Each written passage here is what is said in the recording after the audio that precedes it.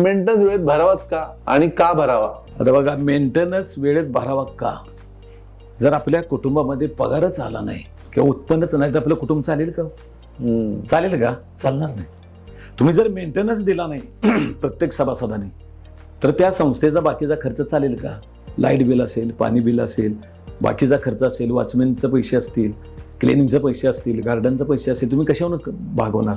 आणि ज्या वेळेस 100 मेंबर असतील, 30-40 लोक जर मेंटेनन्स वेळेची वेळी भरत नसतील तर हा खर्च आपण चालवू शकत नाही. मग त्या ठिकाणी कंपल्सरी प्रत्येकाने मेंटेनन्स भरणं गरजेचं आहे. बऱ्याचशाच वेळेला बरेचसे म्हणतात की आमच्याकडे पैसे नाहीत.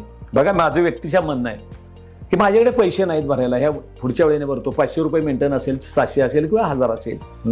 बाकीचं तुम्ही तुमच्या मोबाईलमध्ये रिचार्ज करता, बाकीच्या सर्व गोष्टी करता, आणि आमच्या गृहनिर्माण सहकारी संस्थेचा भरायला पैसे नाही. हो ना, जवळचा विषय आहे. हा विचार सभासदांनी करणं गरजेचं आहे. त्यामुळं 97 अमेंडमेंट मध्ये सांगितलं की सभासदांवर प्रशिक्षण द्या, ची विस्कमध्ये टाकलं गेलं.